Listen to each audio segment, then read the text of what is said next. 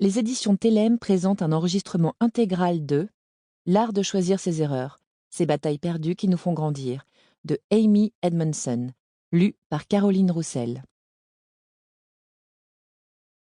Prologue. Juin 1993. Je suis assise à mon vieux bureau en bois, au 15e étage du William James Hall, où je suis doctorante dans le nouveau programme de comportement organisationnel.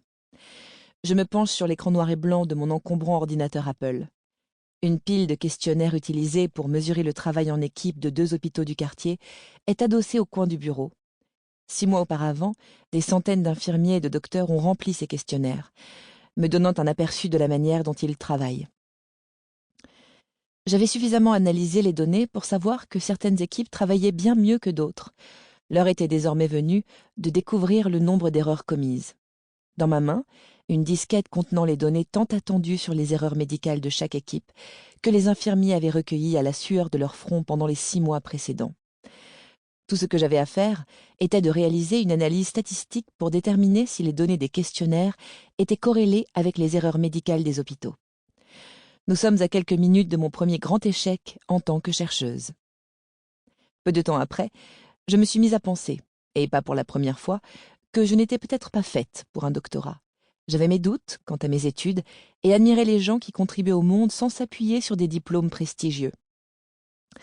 Si vous êtes intelligent et habile, me semblait-il, vous devriez être capable de trouver votre voie à vous et d'avoir un impact sur le monde.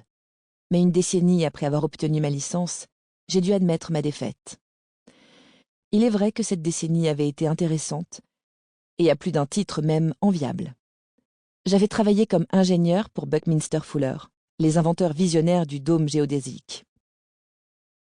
Puis, j'avais basculé de l'ingénierie à la science des organisations après une rencontre fortuite avec le fondateur d'un cabinet de conseil, et m'étais très vite passionnée pour les organisations et leurs échecs.